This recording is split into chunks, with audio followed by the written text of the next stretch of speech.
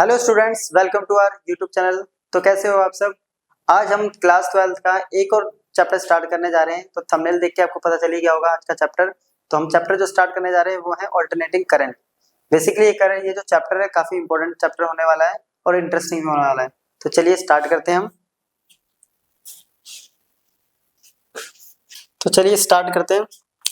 तो alternate current पढ़ने से पहले हम स्टार्ट करते हैं डायरेक्ट करंट। बेसिकली हम डायरेक्ट करंट के बारे में ऑलरेडी कई चैप्टर्स पढ़ चुके हैं।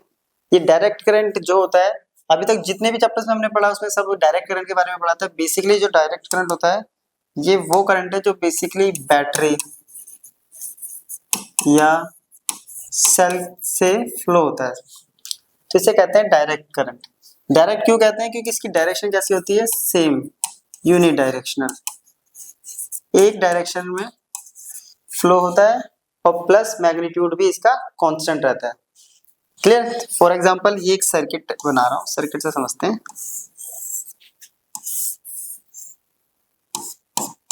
राइट, ये एक सर्किट है, ये लगा दी बैटरी। अब डायरेक्ट करंट में क्या होता है, जो इलेक्ट्रॉन्स होते हैं उनकी डायरेक्शन जो होती है फ्लो की, वो एक डायरेक्शन में फ्लो करते हैं ऐसे,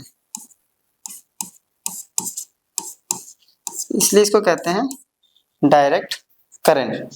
और इसका अगर ग्राफ देखें तो इसका ग्राफ बेसिकली ये होता है।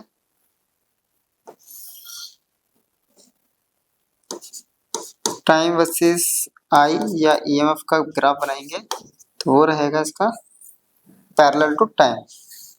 राइट, पैरेलल कर देते हैं इसको, पैरेलल टू टाइम एक्सिस। तो बेसिकली इस पे क्या है ना, तो इसकी डायरेक्शन क्या है, एक तो डायरेक्शन की सेम है और मैग्नीट्यूड की जो वैल्यू है वो क्या है, हर पॉइंट पे कांस्टेंट। तो इसे हम कहते हैं बेसिकली डायरेक्ट करंट। वहीं दूसरी तरफ अगर बात करें तो दूसरा होता है ऑल्टरनेटिंग करंट।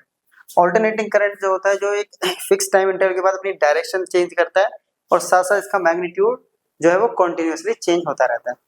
मैग्नीट्यूड क्या होगा? कंटिन्यूअसली चेंज होता है और डायरेक्शन एक फिक्स इंटरवल के बाद चेंज होती है, उसे कहते हैं। अब ये बेसिकली जो प्रोड्यूस होता है ये होता है ऑसिलेशन की वजह से। किस चीज का ऑसिलेशन? तो ऑसिलेशन ऑफ चार्ज पार्टिकल्स कह सकते हैं या इलेक्ट्रॉन्स कह सकते हैं। ऑसिलेशन बेसिकली अगर इसको सर्किट डायग्राम से समझे तो इसके अंदर तो ये एसी का सिंबल होता है। तो इसके अंदर इलेक्ट्रॉन ऐसे फ्लो करते हैं,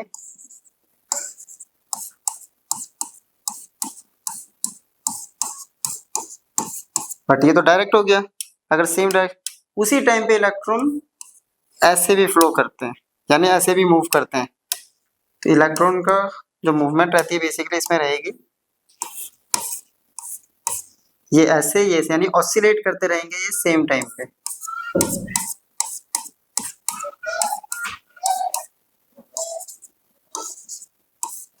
ये ऑसिलेशन, इलेक्ट्रॉन एक बार इधर जाएगा फिर इधर आएगा, इलेक्ट्रॉन इधर जाएगा इधर आएगा, तो इसकी वजह से ये ग्लो करने स्टार्ट कर देता है। और ये होता है अपना डायरेक्ट, इसमें एक यूनि डायरेक्शन यानी सेम डायरेक्शन में अपना फ्लो करता रहता है। इसमें डायरेक्शन कैसी होती है, एक सेम टाइम के बाद डायरेक्शन रिवर्स हो जाती है। रिवर्स, तो इसका जो ग्राफ बेसिकली बनता है उस पर आएंगे अभी ग्राफ पे, लेकिन इससे पहले चैप्टर में हम ऑलरेडी पढ़ चुके हैं। तो हमने एसी जनरेटर पढ़ा था, तो वहां से हमारी जो इक्वेशन आई थी ईएमएफ की वो आई थी E naught sine omega T, E equals to E naught sine omega T. ये आया था हमारा एसी जनरेटर से। राइट, यहां से हमने ईएमएफ निकाला था। अब अगर ओम्स लॉ अप्लाई करें हम, ओम्स लॉ हमारा बोलता है कि V equals to I R और I equals to V by R basically. Clear? I equals to V by R, इसको अप्लाई करते हैं तो I इक्वल्स टू V की जगह रख दिया हमने E by R. Clear? E की वैल्यू हमारे पास E naught sine omega T by R. E naught by R क्या हो गया? अगर E बाय आर I है तो E नॉट बाय आर क्या हो गया? I not sine omega T. तो ये बन गया alternating current at any instant of time T, किसी इंस्टेंट ऑफ टाइम टी पर, क्लियर। अब ये जो वेव की अल्टरनेटिंग करंट की जो इक्वेशन बनी है, इसको क्या कहते हैं हम, साइनसोइडल इक्वेशन या साइनसोइडल, इसको कहते हैं साइनसोइडल यानी साइन की इक्वेशन। और साइन की इक्वेशन के लिए हम ऑलरेडी वेव क्लास 11th में हम पढ़ चुके हैं। उसके लिए जो ग्राफ हमारा बनता है वो कैसा बनता है, वो ग्राफ कुछ बनेगा, चलिए इसको बनाते हैं। ये टाइम की एक्सिस है और ये इस पे ईएमएफ भी ले सकते हैं और आई भी ले सकते हैं, करंट भी ले सकते हैं, अल्टरनेटिंग ईएमएफ या अल्टरनेटिंग करंट। इसमें साइन का जो कर्व बनता है वो कुछ ऐसे बनता है। अब इसमें क्या होता है, ये जो टाइम है ये होता है 0, इस पूरी वेव को बनने में टाइम लगता है t, तो यहाँ पे टाइम कितना हुआ t हाफ, यहाँ हो गया 1/4 और यहाँ हो गया 3/4। क्लियर। और एंगल्स की बात करें तो उसी हिसाब से आप एंगल देख सकते हैं, यहाँ 0, यहाँ एंगल कितना 90, फिर इसमें 90 प्लस कर दो 180, उसके बाद फिर ये क्या कर रहा है, रिवर्स हो रहा है। तो एक फिक्स इंटरवल के बाद देखिए ये क्या कर रहा है, अपनी डायरेक्शन को रिवर्स कर रहा है। इसे कहते हैं हम ऑल्टरनेटिंग करंट। जो कॉन्टिन्यूसली हर पॉइंट पे चेंज हो रहा है मैग्नीट्यूड और डायरेक्शन एक फिक्स इंटरवल के बाद रिवर्स हो जाती है, उसे कहते हैं हम ऑल्टरनेटिंग करंट। क्लियर। तो ये था बेसिकली ऑल्टरनेटिंग करंट। अब हमारे पास जो इक्वेशन आई है I equals to I naught sine omega T. अब इसी टाइप की इक्वेशन हमने क्लास 11th में ऑसिलेशन और वेव्स में बेसिकली पढ़ी थी एसएचएम में, याद हो तो वो होता है y equals to a sine omega T. y वहां पे होता था displacement at any instant of time. Clear. a क्या होता था, मैक्सिमम डिस्प्लेसमेंट जिसे हम कहते थे एम्पलीट्यूड, ओमेगा उसकी एंगुलर फ्रीक्वेंसी। तो यहाँ से बेसिकली हमें टर्म्स मिल गई, इसके कंपैरिजन से हमें ना सारी टर्म्स का मीनिंग समझ में आ जाएगा कि आई नॉट क्या है। राइट, हमें आई तो यहाँ से मिल गया किसी इंस्टेंट ऑफ टाइम पे ऑल्टरनेटिंग करंट की वैल्यू। आई नॉट क्या हो गया, मैक्सिमम कह सकते हैं इसको, एम्पलीट्यूड बोल सकते हैं इसको, या peak value of AC alternating current. Clear. Omega क्या है यहाँ पे, एंगुलर फ्रीक्वेंसी, जो कि किसके बराबर होती है 2π/t या 2π न्यू, जिसके बारे में ऑलरेडी हम 11th में कई बार पढ़ चुके हैं। क्लियर। और t हो गया यहाँ पे इंस्टेंट ऑफ टाइम। तो बेसिक से अब यहाँ पे ये छोटे मोटे टॉपिक मिले हमें कॉन्सेप्ट, अब इनको करेंगे हम एक्सप्लेन। तो एक बार इसको नोट कर लीजिए। चलिए, तो अब है हमारा वही एम्पलीट्यूड। तो एम्पलीट्यूड क्या होता है, अगर ग्राफ से समझे,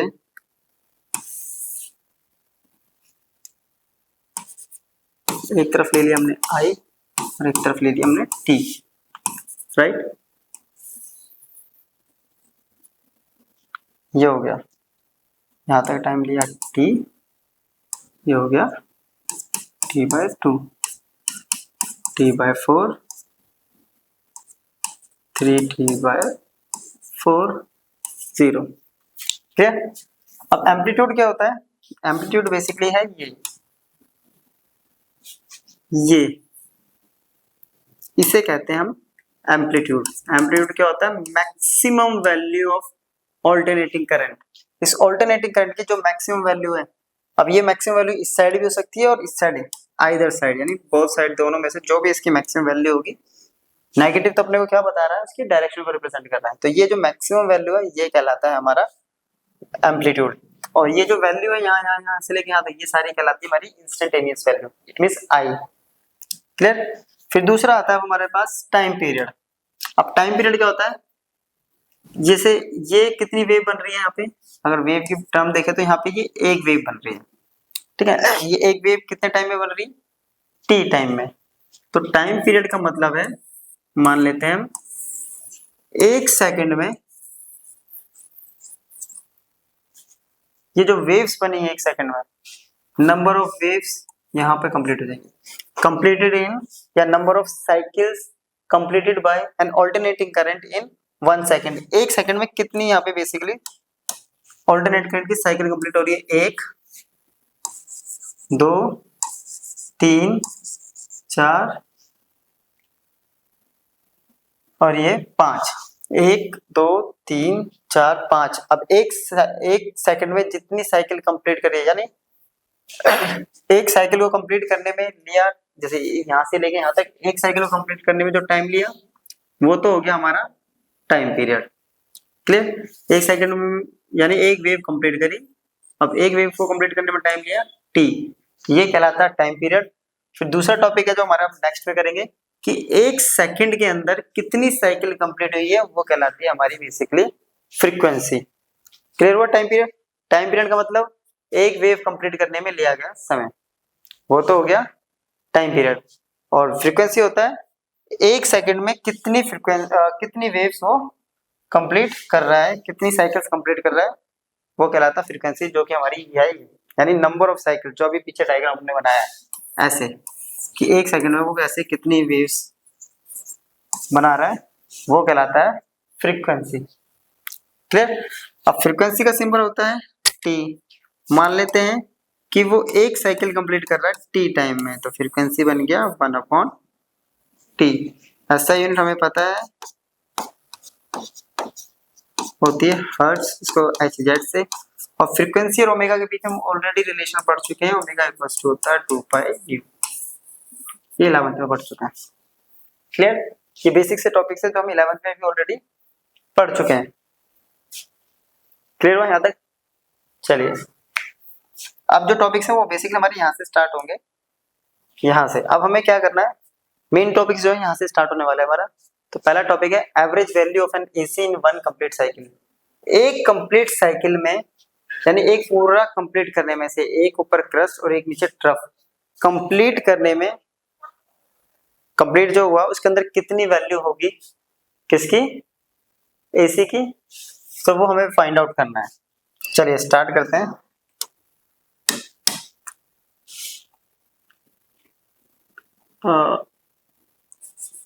ऑल्टरनेटिंग करंट एट एनी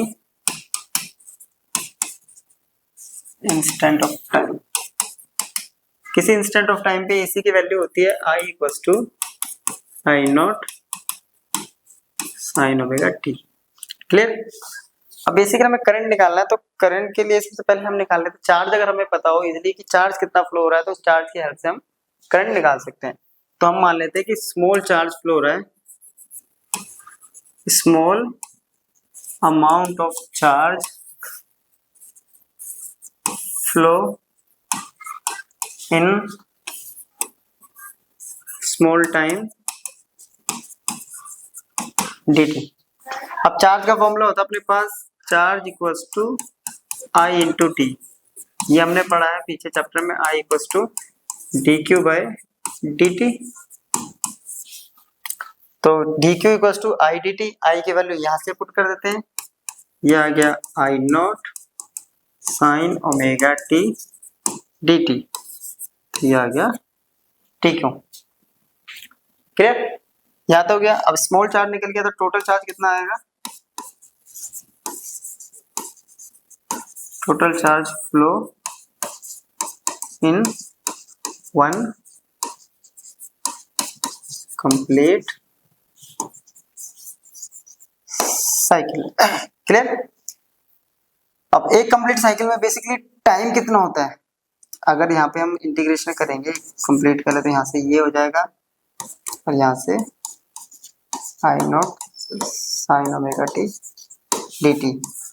और जब टाइम 0 है तो चार्ज 0, टाइम एक कंप्लीट साइकिल में टाइम होता है कैपिटल T, चार्ज फ्लो हो रहा है Q। तो dq का इंटीग्रेशन विद लिमिट्स Q, तो ये तो हो गया Q। यहाँ से I0 आया बाहर, साइन का इंटीग्रेशन होता है माइनस कॉस ओमेगा t का, ओमेगा t अपॉन में ओमेगा 0 से t, माइनस बाहर ले लेते हैं और ओमेगा बाहर ले लेते हैं।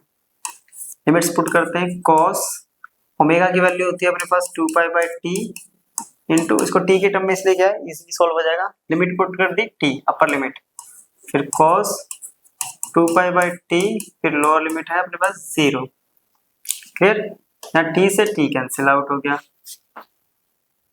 चलिए हो गया, तो ये आ गया अपने पास माइनस आई नॉट अपॉन में omega cos 2 pi minus cos 0। अब cos 2 पाई जो होता है वो होता है 1, cos 0 हो गया 1, नीचे बचा है ओमेगा। क्लियर? तो 1 माइनस 1 हो गया 0 और 0 इंटू ये, तो टोटल चार्ज कितना हो गया 0। तो टोटल चार्ज कितना है अपने पास, 0 चार्ज फ्लो हो रहा है। अगर 0 चार्ज फ्लो हो रहा है तो आई एवरेज जो हमें निकालना है वो क्या होगा, चार्ज अपॉन में टाइम पीरियड कितना लेता है कैपिटल टी, तो I equal to charge upon, तो आई कितना हो गया, तो आई एवरेज अपने पास हो गया 0। तो चार्ज 0 है तो आई एवरेज की वैल्यू भी 0। क्लियर? पर हमें यही निकालना था एवरेज वैल्यू एसी के कंप्लीट साइकिल पे, तो किसी कंप्लीट साइकिल में एसी की एवरेज वैल्यू क्या होती है 0। अब पहले इसको नोट कर लिए फिर केस समझते हैं जरा। हो गया? चलिए, अगर एवरेज वैल्यू 0 आ रहा है तो हम लोगों ने पढ़ा है वर्क या कह सकते हैं heat equals to I square R T. Clear? घर में हीटर चलाते हैं ना, हीटर चलाते हैं, प्रेस करते हैं, आयरन जो होती है हमारी प्रेस करते हैं, तो हीट कैसे होती है, करंट की वैल्यू तो 0। तो बेसिकली ये जो करंट होता है ये एवरेज करंट ना होके ये जो करंट होता है ये होता है I1 square plus I2 square plus dot dot dot IN square upon में n। ये क्या बन जाता है, I equals to under root I1 square plus I2 square plus dot dot dot. ये नॉर्मल एवरेज करंट नहीं होता, ये एवरेज तो है लेकिन कैसे है, रूट में। तो ये होता है root mean square value of AC। तो ये जो होता है वो ये RMS, root mean square means RMS value है AC की, जिसकी वजह से वो हीट कर रहा है। इस पे भी आएंगे, अभी इससे बीच में अभी एक टॉपिक और है, उसके बाद इसी पे आने वाले हैं हम लोग। तो बेसिकली ये होता है RMS वैल्यू। क्लियर? चलिए इसको नोट कर लीजिए। तो ये है अब हमारा, अब हमें निकालना है मीन वैल्यू किस पे, AC में, वो भी हाफ साइकिल पे। स्टेटमेंट अगर देखें तो स्टेटमेंट इंटरेस्टिंग है इसकी काफी। क्या कह रहा है स्टेटमेंट, बोलता है कि डायरेक्ट करंट की वो वैल्यू जो सेम अमाउंट ऑफ चार्ज किसी सर्किट में हाफ साइकिल पे। अब हाफ साइकिल जरा समझते हैं। तो ये हो गया अपने पास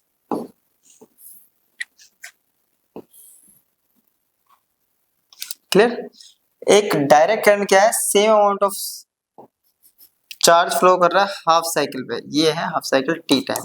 फिर हाफ साइकिल किसी सर्किट में as is send by AC, जो कि AC सेम टाइम पे सेंड करता है AC। मींस इसका कहने का क्या मतलब है, अगर टी टाइम पे AC यहाँ से यहाँ तक जाने में अगर चार्ज फ्लो हो रहा है, मान लेते हैं 50 कूलम, तो डायरेक्ट करंट भी इतने ही टाइम पे कितना भेजेगा, 50 कूलम चार्ज भेजेगा। उसे कहते हैं उसकी मीन वैल्यू। यहाँ तक क्यों है, बिकॉज अगर ध्यान से देखा जाए तो यहाँ पे डायरेक्ट करंट तो देखो सिंपल समझ में आ रहा है, ये डायरेक्ट है, इसकी वैल्यू कांस्टेंट है। ये भी एक तरह से डायरेक्ट का केस हो गया, बिकॉज इसके अंदर जो यहाँ से लेके यहाँ तक क्या पोलैरिटी चेंज नहीं हो रही है। अगर ये केस ऐसे ले लें ऐसे, तो ये डायरेक्ट करंट हो गए, क्योंकि इसके अंदर पोलैरिटी चेंज नहीं हो रही है। मैग्नीट्यूड क्या है, यहाँ से यहाँ तक का फिक्स है इस केस में, राइट। तो ये हो गया डायरेक्ट करंट। अब आते हैं इसका, इस चीज के लिए इसका ड्राइव करते हैं कि कितनी वैल्यू होगी किसी AC में सेम हाफ टाइम पे। तो इसको मैं क्या कर देता हूँ, क्लियर कर देता हूँ। चलिए स्टार्टिंग बिल्कुल सेम है, small amount of charge flow in small time dt। तो dq equals to I D T, I की वैल्यू आ गई I naught sine omega T D T. Clear. फिर अब क्या करेंगे, ये था डी क्यू, अब क्या करेंगे total charge, total charge flow in half cycle. Half cycle का मतलब होता है कि जो टाइम है वो 0 से स्टार्ट होके इक्वल्स टू टी बाई 2 पे जा रहा है, राइट, टी बाई 2 पे जा रहा है, टी बाई 2। हाफ टाइम कितना होता है, टी बाई 2, टोटल टाइम होता है टी, ठीक है। बस लिमिट चेंज हो जाएगी, ये आ जाएगा डी क्यू 0 से क्यू, और यहाँ पे क्या कर रहा है I naught sine omega T D T 0 से, सबको सेम चलेगा, उस लिमिट चेंज हो जाएंगे। ये आ गया क्यू, आई नॉट बाहर, साइन का integration minus cos omega T का ओमेगा लिमिट 0 से टी बाई 2, ओमेगा को बाहर लेते हैं, माइनस बाहर कॉमन ले लेते हैं, माइनस ये आ गया। एक बार अपर लिमिट पुट करेंगे, कॉस ओमेगा की value 2 pi by T, T की वैल्यू पुट करते हैं T by 2, minus cos omega की value 2 pi by T, T की वैल्यू पुट कर दी 0। क्लियर। अब क्या होगा यहाँ पे बेसिकली,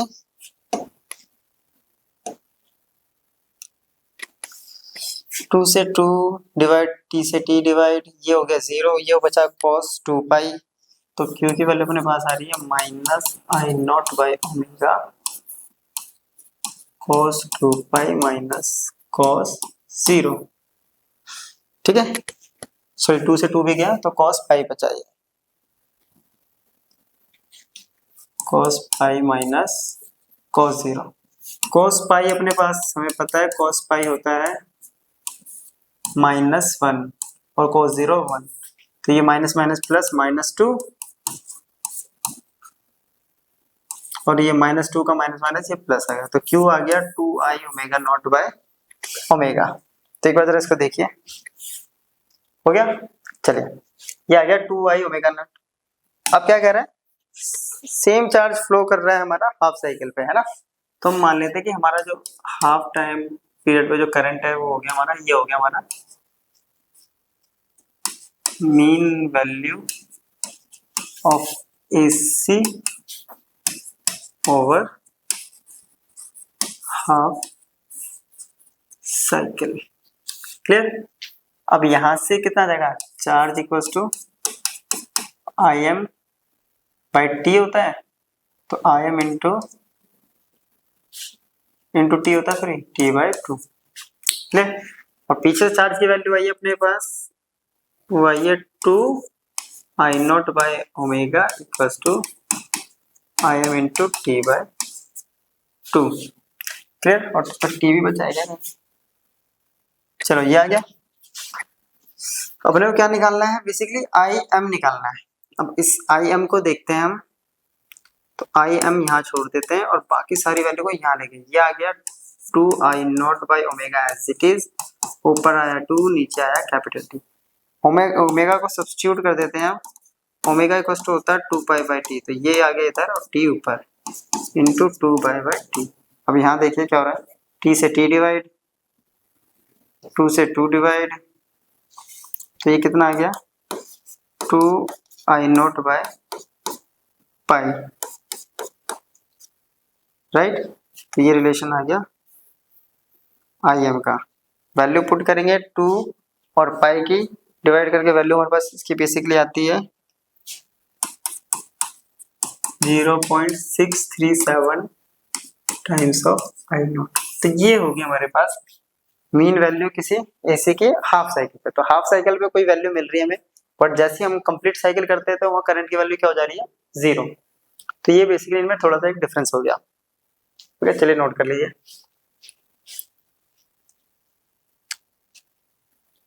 नेक्स्ट टॉपिक है हमारे पास RMS value, right, root mean square. जैसे कि मैंने अभी इससे पहले वाले जो टॉपिक था उसमें मैंने बताया था कि I equals to D W equals to I square R T होता है। करंट फ्लो हो रहा है, हीट हो रहा है, राइट। और हम ये भी पढ़ रहे हैं कि कंप्लीट साइकिल पे करंट जीरो भी है। तो मैंने वहां भी थोड़ी देर पहले आपको बताया था वो किसकी वैल्यू होती है, वो करंट की कौन सी वैल्यू है, वो करंट की वैल्यू अपने पास आरएमएस वैल्यू।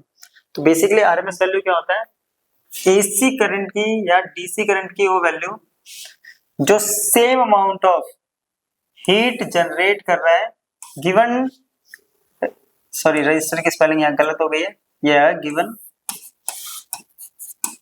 रजिस्टर में in given time.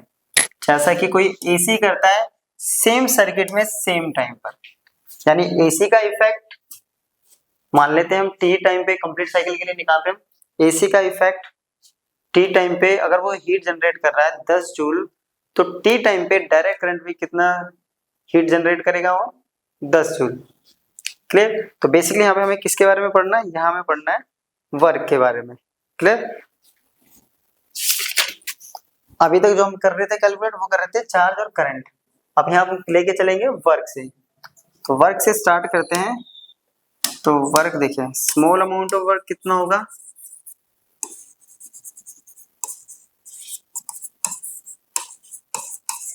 Work in small time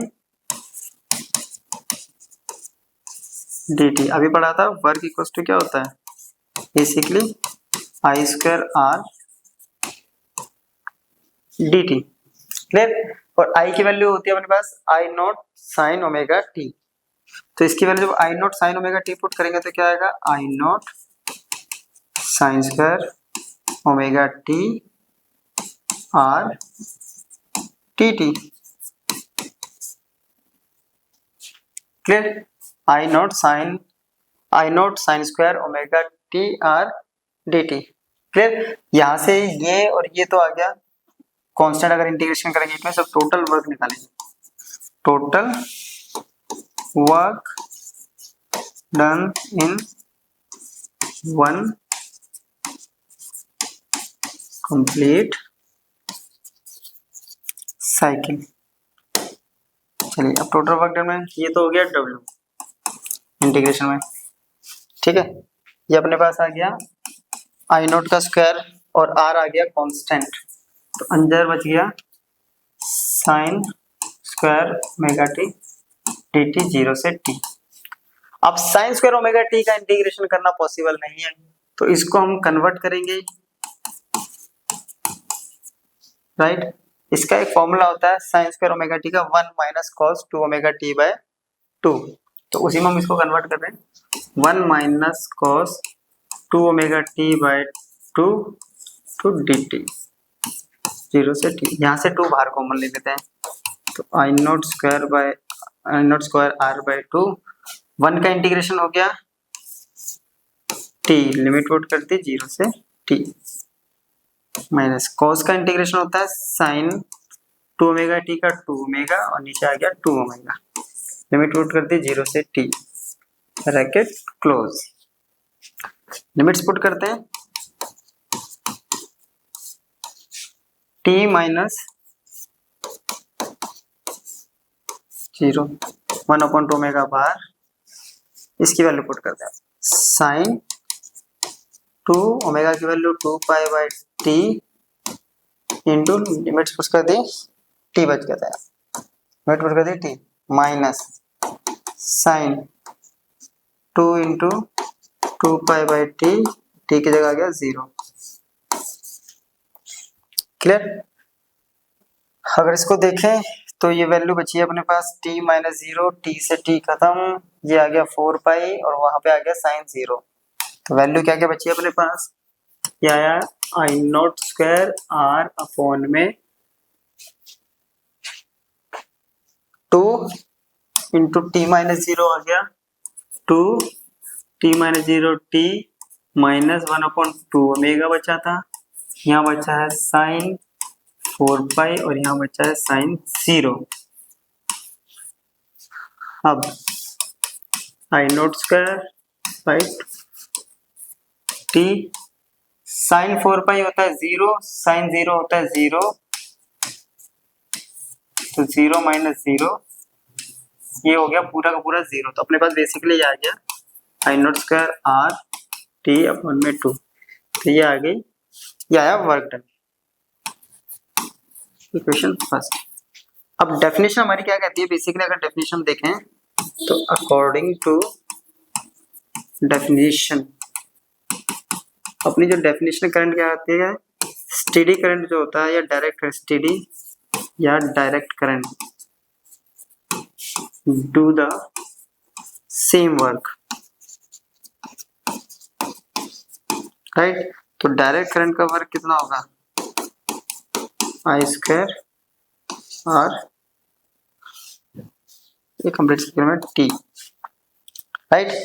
दोनों ही सेम वर्क कर रहे हैं, अगर दोनों ही सेम वर्क कर रहे हैं तो दोनों की इक्वेशन आपस में बराबर होगी, I naught square R T equal to I naught square R T by 2, ये इससे डिवाइड, तो आई इक्वल टू क्या हो गया, रूट से रूट कैंसिल और ये आ गया √2।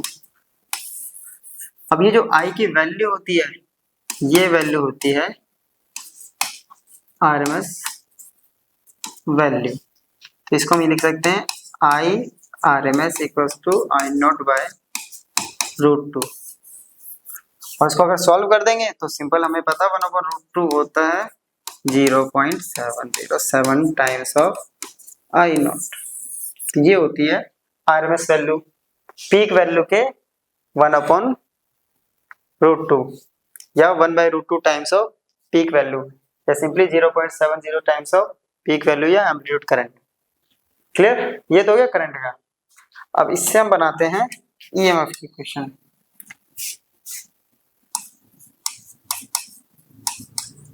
राइट। ईएमएफ कैसे बनेगा, Ohm's law simple, V equals to I R. अब अपने पास आया I R M S equals to I naught by √2। अगर बोथ साइड R से मल्टीप्लाई कर दें तो इक्वेशन को तो कोई इफेक्ट पड़ेगा नहीं, बट I से मल्टीप्लाई करते ये बन गया ई आर एम एस और ये बन गया ई नोट, तो दोनों के बीच का रिलेशन निकल गया।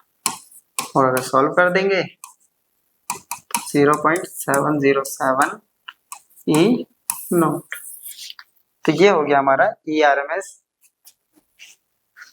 क्लियर, चलिए अब बेसिकली इस पे कर लेते हैं, एक क्वेश्चन करते हैं, बेसिक सा क्वेश्चन है, ठीक है। तो अभी तो कुछ खास टॉपिक हुए नहीं, हम ज्यादा न्यूमेरिकल्स करेंगे। तो न्यूमेरिकल कह रहा है अपना, the instantaneous value of an alternating voltage in volt is given by this, right, where t is in second, what is peak value of voltage, RMS value and frequency। कह रहा है कि इक्वेशन जो है, इक्वेशन हमें ये दे रखी है 140 sin 300t, t सेकंड में है, इसकी पीक वैल्यू निकालनी है। अब अपने पास जनरल जो इक्वेशन बनी है वो होती है E not sin omega t। Compare करेंगे तो E नॉट कितना आ गया 140 वोल्ट, ये रहा पीक वैल्यू। फिर सेकंड क्या कह रहा है, आरएमएस वैल्यू, तो हमें पता है ई आरएमएस जो बेसिकली होता है वो होता है ई नॉट बाय √2। ई नॉट है 140, √2 की वैल्यू होती है 1.4, पॉइंट हटाया 10, 10 10 100, तो ई आरएमएस आ गया 100 वोल्ट।